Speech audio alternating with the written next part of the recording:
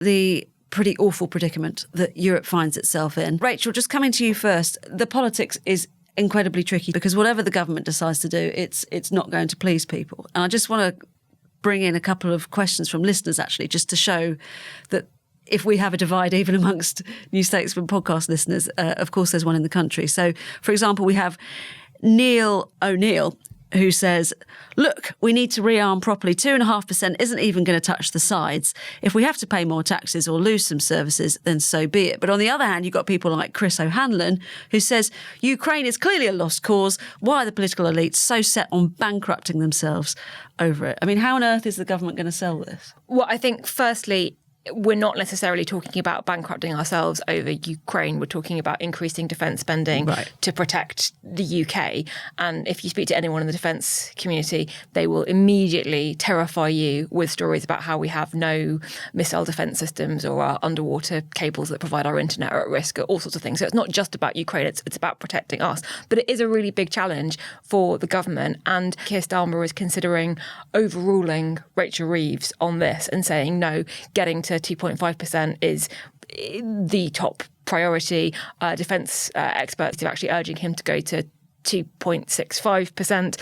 And the difference in that, just to put some numbers on it, getting to 2.5% is an extra 5 billion, getting to 2.65% is an extra 10 billion. So these are big numbers we're talking about.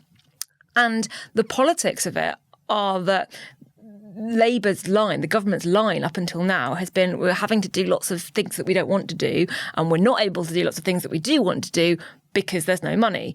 And to say there's no money, but there is money for this, yes, you could say our national security is more important and trumps everything else. And there are Labour figures who are saying that. There are Conservative figures who are saying that. But there are also people on Labour's backbenches who are going, hang on, you couldn't find the money for example, scrapping the 2-child benefit cap. You couldn't find the money on you turning on the winter fuel allowance changes. You know, what is the thing that Keir Starmer is prepared to fight Rachel Reeves on? It's this, and that is going to cause a lot of animosity. I mean, David, Rachel's got a point, hasn't she? I mean, and it's the argument that we're hearing in America, like, why should we be paying our money to help Ukraine? Do you think we're going to get that here as well? If I mean, it is more than just, I get that, you know, supporting Ukraine, but do you think that we'll have increasing discontent? I think the balance of opinion in the UK is very different to the US. So there is a very strong isolationist streak in the US. There is a strong sense of, well, what's Ukraine got to do with us? There are prominent voices in the US who are clearly more sympathetic to the Russians than the Ukrainians, and that appears to include the president. The difference in the UK, look at the polling, and there's overwhelming support for Ukraine. Zelensky is strongly admired in the UK. He's seen as quite a controversial figure in the US. Putin is universally hated. So I think public opinion here is very strongly aligned with the Ukrainians, will want to back the Ukrainians, will not want to see them betrayed. The question is the practicality. What can the UK and what can other European countries do to protect Ukraine if the Americans have almost at best walked away, but at worst seem to be conspiring with the Russians?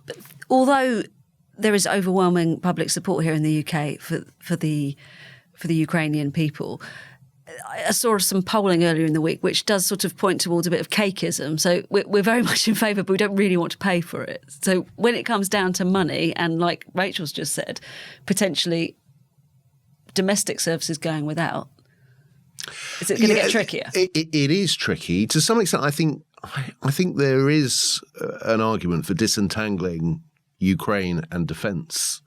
And there are defence spending more generally. I think there's a case for saying, look, if Ukraine can be supported, can continue to defend itself, can continue to repel Russian aggression, there is a question as to how long Russia can maintain this.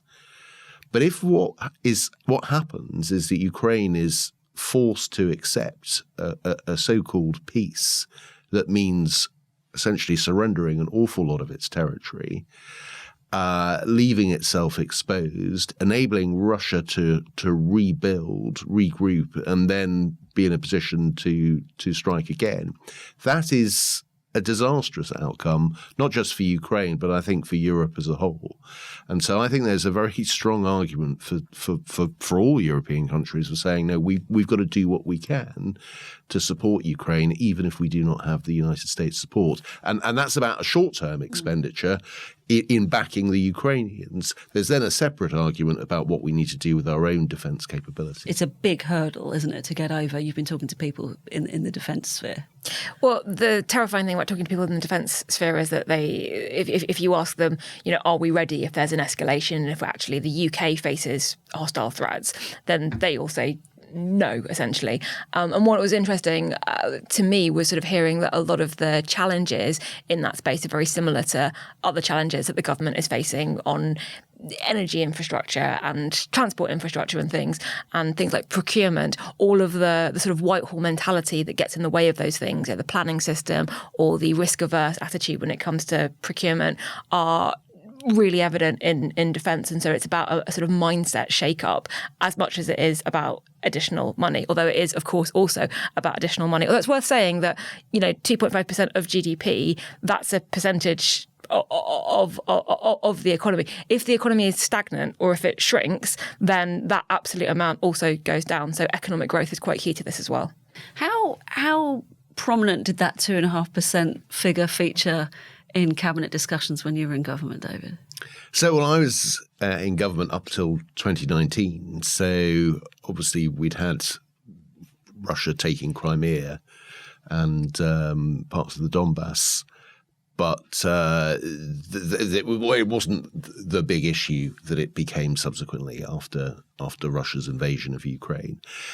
So, no, it was a level that was obviously the MOD was asking for more, but the political pressure, the argument for it was not that prominent during that period, in all honesty. Would you accept that, successive governments, we've let this slip, haven't we, in terms of defence spending? It seems our capability now is so far behind where it needs to be, but that's because we haven't invested. On that level, perhaps Donald Trump is right. No, look, there is criticism that can be made, not just of the UK, but lots of European countries in terms of our capacity. The UK actually does pretty well, along with France, in terms of having maintained some kind of serious military. But we also have to be aware of the political realities. What do the public want? They want to spend more on the NHS, and defence has not been a big part of that. I do also think there are questions that have to be asked about how well we spend money in our defence budget. Have we always done that as effectively and as efficiently as we might have done? And there have been certain grand projects that have been pursued. Did we really need the aircraft carriers that we have paid for? Is that coherent with other things that we have done as well? I think there are questions about that too. And Rachel, if you were a betting woman, which department do you think is going to have to, or departments will make way if Starmer does pledge this extra money for defence? I think the place they always look first is work and pensions. And I don't mean pensions. I very much do not mean pensions, because pensions never gets cut. But the very first thing they look at is the benefits bill, yeah.